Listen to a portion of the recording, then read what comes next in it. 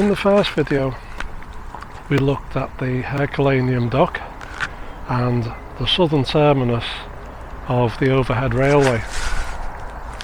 Now in this video we're going to carry on, walk along the area that would have made up the rest of the southern docks, and probably end the video around Coburg Dock.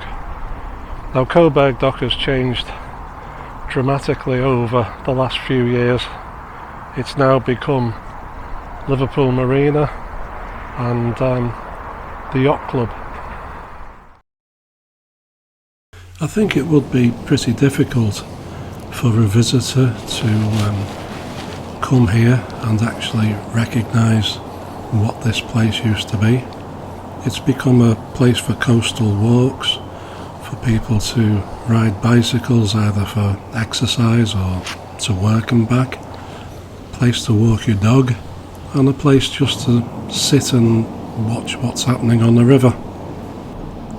In the last video, as I said earlier, we looked at the Herculaneum dock, and this is probably where we are now. The remnants of the wall on the bank of the River Mersey here was probably part of the Herculaneum docks. The Herculaneum docks would have stretched from here and probably a little bit further to the left down the Mersey, and would have ended where the Liverpool overhead railway extension came out of the cliffside at Grafton Street. We're looking out over the River Mersey and the banks here. These walls would have kept the river away from the docks, and ships would have entered the docks through openings in these walls that would be shut behind them, so that the ebb and the flow and the waves lapping the shore would have been kept away from the ships, which would have been pretty much in still water inside the docks. So let's have a look at where we are right now with the aid of a couple of photographs taken from an aeroplane. The Herculaneum dock is at the bottom of the photograph. You can see the ships in the graving docks and the drums which contain oil which these ships brought in. We're probably to the left on the coastline, probably pretty much at the bottom of this photograph right now. Let's take a look at a couple of landmarks which we covered in the first video, just so that we can get our bearings and know where we're going and what we're looking at. The red rectangle to the right hand side of this photograph is Grafton Street and the Bread Streets, which sit above the opening for the southern extension of the overhead railway, and I've marked that in a red line so you can see where it comes out of the cliffside and makes its way towards the city centre. The high-rise apartments in the distance there pretty much marks the end of the Herculaneum dock. It's pretty much opposite the opening of the southern extension in the cliffside below Grafton Street. That opening is obviously further inland to the right hand side of this shot. I've been down here quite a few times now making this video and the previous one, and I often wonder whether the dockers who worked here back in the 1800s, and probably even dockers who worked here up until 1972 or thereabouts, ever thought in their wildest dreams that this place would be a place of attraction for people to come and have days out. I don't think so somehow. Back in those days, especially I guess in the 1800s and into the early 1900s, loading and unloading a ship would have been a pretty horrendous task. It would have been a very physical thing. I heard someone say that it could take up to a week just to unload one ship, handballing stuff off, and in some cases reloading them to go on to their next destination with more goods. This would have been a very busy and a very noisy place to be before modern wagons were invented. Everything would have been moved around these docks by horse and cart, and the noise on the cobblestones must have been absolutely deafening. But now, on days when I visited here, the only thing you can hear is the noise of the wind.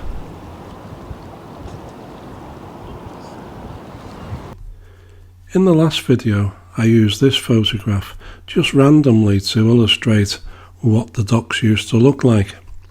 But you can see the position of the ships in the dock there and how far inland they seem to be.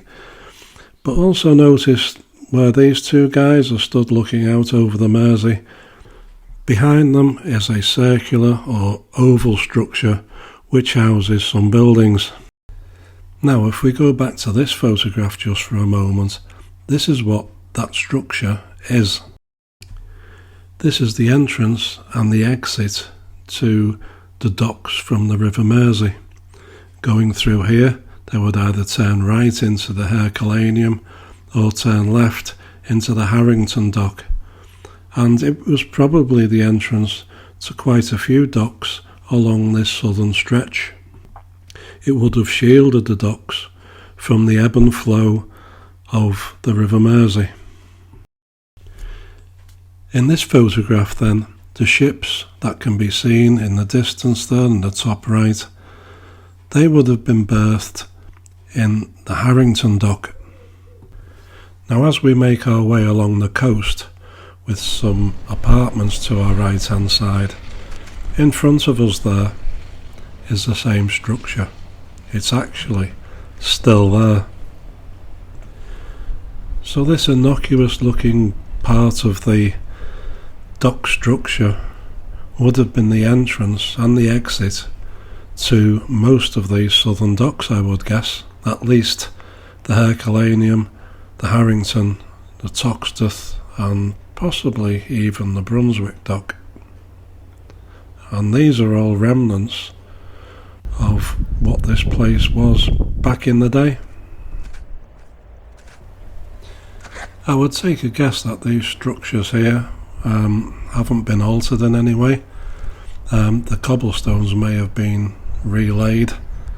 It looks a little bit different from the photograph. The pavement and the cobblestones seem to be in different places, but I think this is all pretty genuine remains of the entrance into the southern docks here.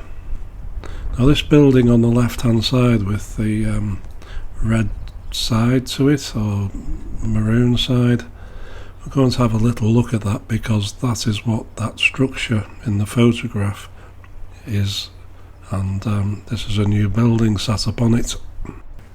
There's quite a few anchors on this walk along the Mersey coast. I don't know what ships they belong to, but these are remnants of ships gone by. Right, so if we have a wander around the pathway here, this has all been filled in because this would have been where the ships came in and out, and the raised part of this structure is probably where it originally finished, and it would have been in the water. So where we're walking now, we would have got pretty wet. So all this land here has been reclaimed. This would have been the piece of water in the photograph which separated the Herculaneum dock and the Harrington dock. In its time then, this would have stood alone as the gateway into the dock system. It would have had a gate on either side so that ships could pass through, either leaving or entering, and it would have also protected the docks from the ebb and flow of the River Mersey. Walking a little further along the coastline, This would have been the outer wall of the Harrington dock.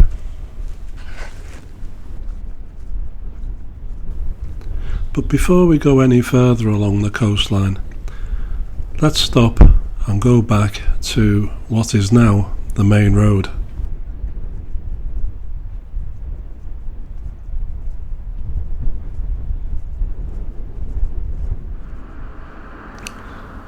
All this sits on reclaimed land. This was once water. And so was this. This roundabout would have been right in the middle of the entrance to the docks. This would have been the divide between the Herculaneum dock to our right and the Harrington dock, which would have been right in front of us.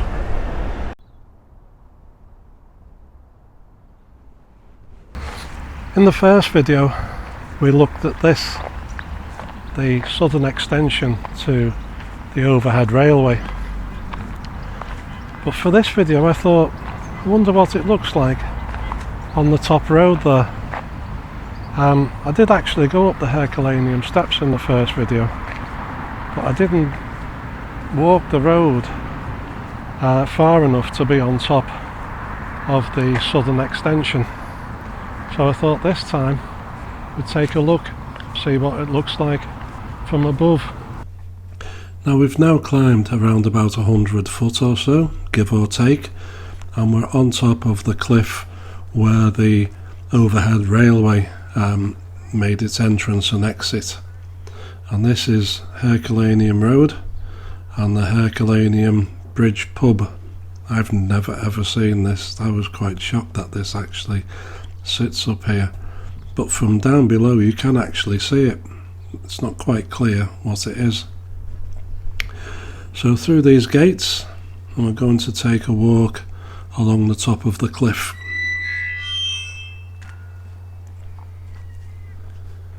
So this is a bit of spare land here, and there's a bit of a, I don't know if it's a kiddies playing field or whether it's some sort of sports centre type thing here on the left hand side. Quite a high fence so that you don't kick any balls over. So this wall on our right hand side is what is visible from the ground below, and just in front of us there is a black fence, and that sits above the railway arch type bridge. You can just see at the bottom there where it arches, and that went over a low level railway line.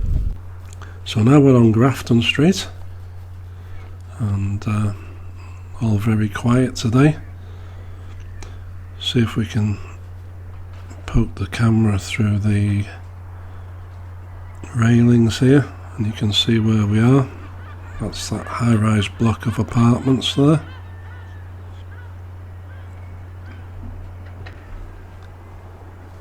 Quite a good view from up here of everything that's going on. Try and get through these. Yeah, so that's what is below the archway entrance for the overhead railway. And here where these this garden is, behind these railings, we are now stood on top of the entrance and exit arch of the overhead railway. Doesn't look like you can get in here. Probably a few people have keys or whatever to get in and tend to the flowers, but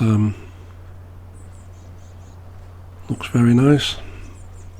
So that's what it's like up on the top of the overhead railway entrance and exit. So we're going to make our way back now.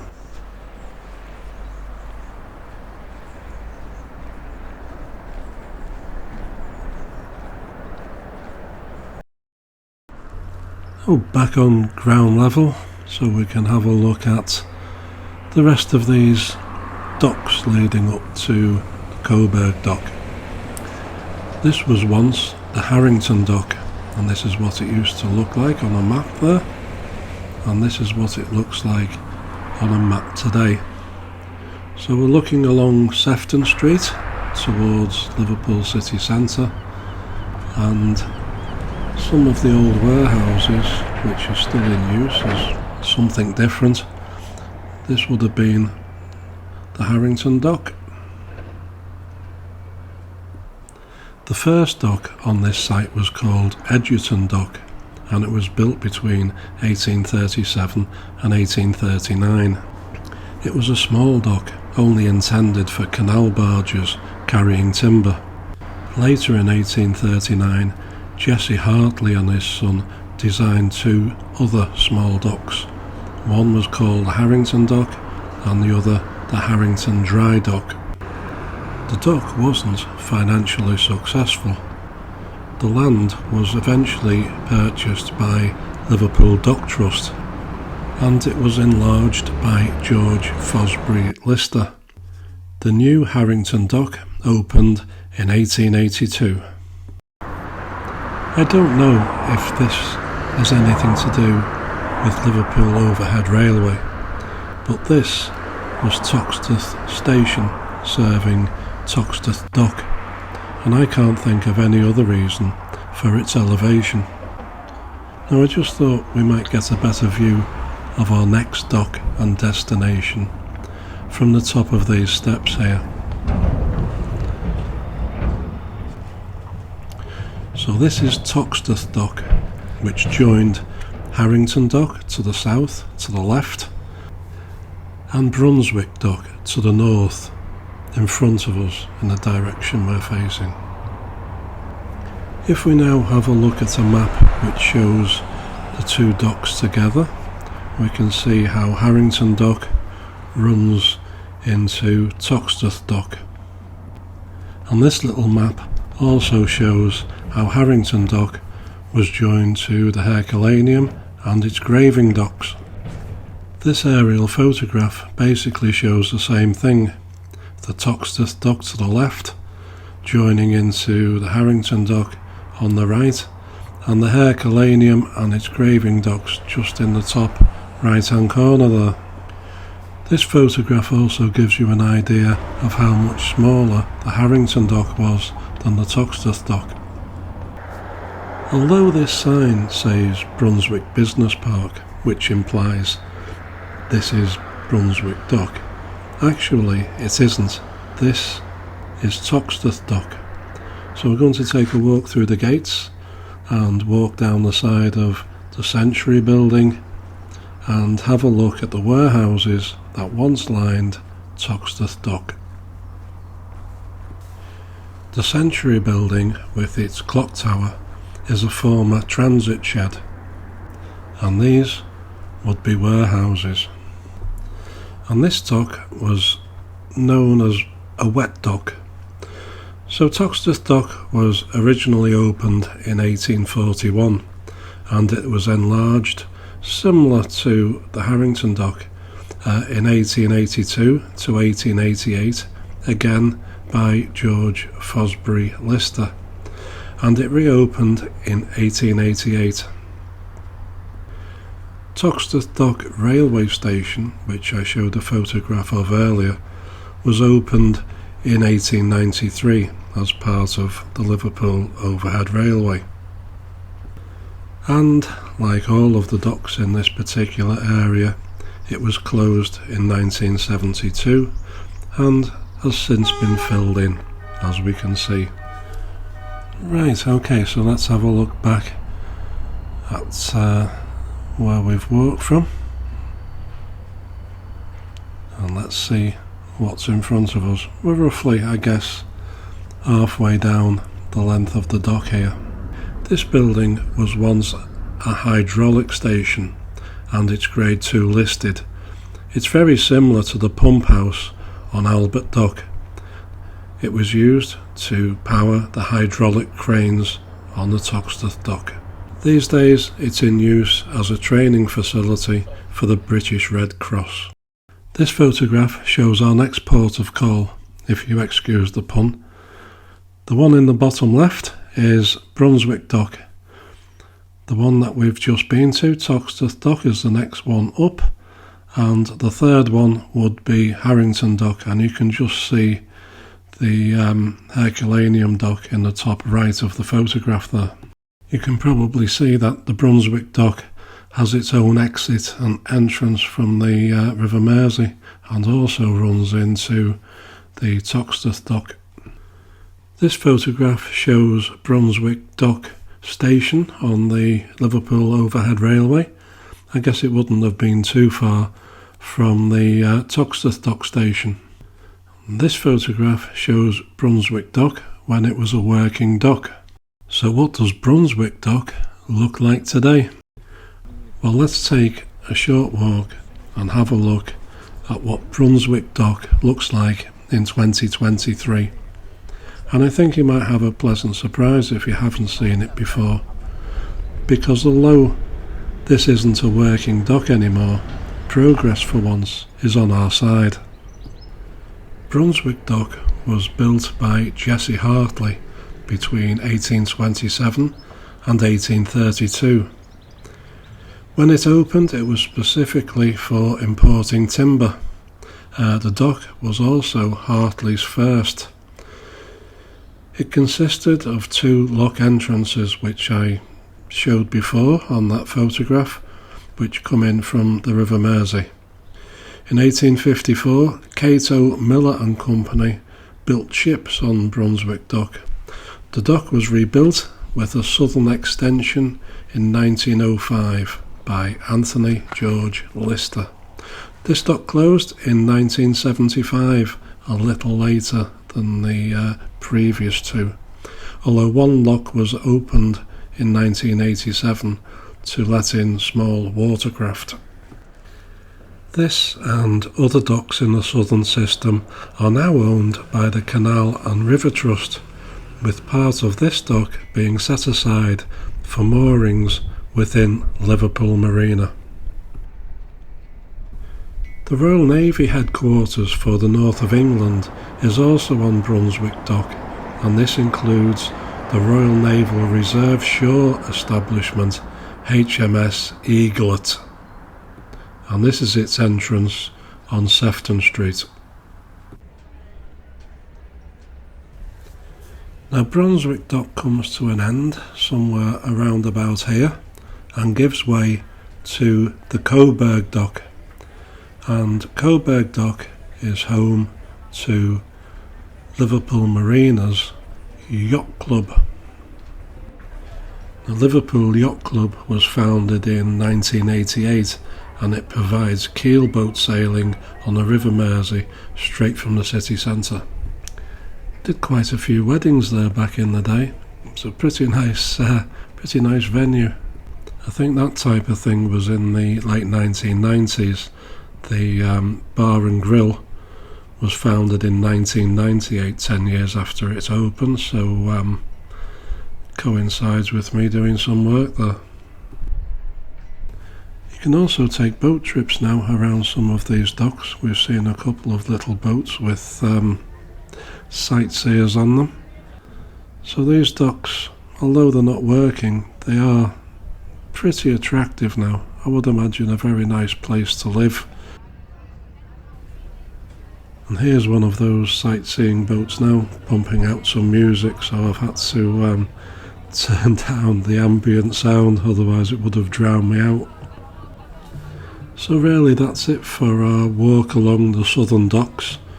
Part 3 of this little video series will take in some of the more central docks, and I'll try and get that video on as soon as I can. So one last look at the Coburg Dock and yachts at the Yacht Club. And just before I go, Liverpool Waterfront is hosting Sky TV's Landscape Artist of the Year, and here they are doing some practice. Right, that's it. I'll leave you with some photographs I took over the time here, and thanks very much for watching, and we'll catch up soon.